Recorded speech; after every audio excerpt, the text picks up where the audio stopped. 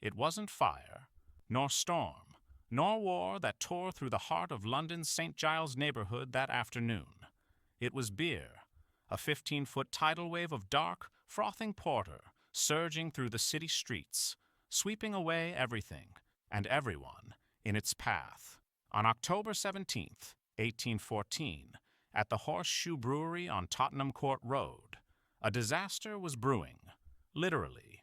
Meux and Company's enormous wooden fermentation vat, 22 feet tall and holding more than 3,500 barrels of porter, had long been a source of pride for the brewery. But the iron hoops securing the vat had been slipping for days. At around 4:30 p.m., storehouse clerk George Crick noticed the problem again and reported it. It wasn't the first time, and no one seemed too concerned. An hour later, the vat exploded. The sound was deafening. The sheer pressure blew out the rear wall of the brewery. The initial rupture triggered another vat to fail, and then another. In total, between 128,000 and 323,000 imperial gallons of beer, over 1 million liters, rushed outward in an unstoppable foaming wall. The flood slammed into the adjacent neighborhood of St Giles, one of London's poorest and most overcrowded slums. Built on low-lying, poorly drained ground, the rookery stood no chance. Homes collapsed. Bricks and timbers floated like driftwood. In one basement flat, 4-year-old Hannah Bamfield and her mother were having tea with another child when the wave struck. None survived. In another house, 5 mourners attending the wake of a 2-year-old boy were caught and killed by the torrent.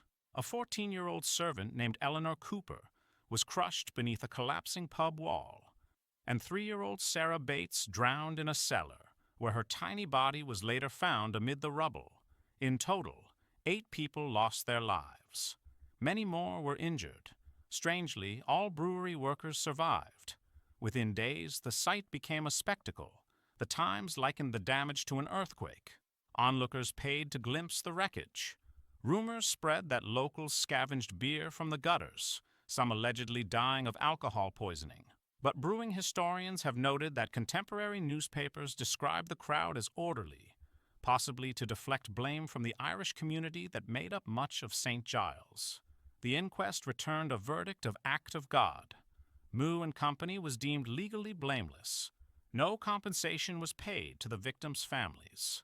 The brewery itself narrowly avoided bankruptcy, saved in part by a £7,250 excise tax rebate. But the disaster prompted change. Across the industry, breweries began abandoning massive wooden vats in favor of more stable, lined concrete containers.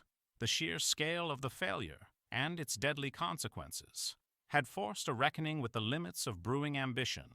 The Horseshoe Brewery continued operating for another century, but eventually closed in 1921.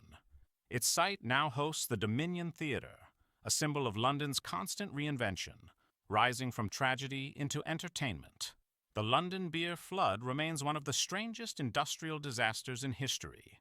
Its closest cousin would come a century later in Boston, with the Great Molasses Flood of 1919, another sweet, sticky wave that claimed lives and changed regulations. In both cases, it wasn't a natural disaster or foreign invasion that shattered lives. It was an everyday substance, unleashed at an unimaginable scale. And in 1814 London, that substance was beer, enough to drown a neighborhood, enough to fill a swimming pool 20 times over, enough to make history. If you liked what you watched, please like and subscribe. We post interesting and crazy stories from throughout history every Wednesday and Saturday. Yesterday's craziness, because yesterday was crazy too.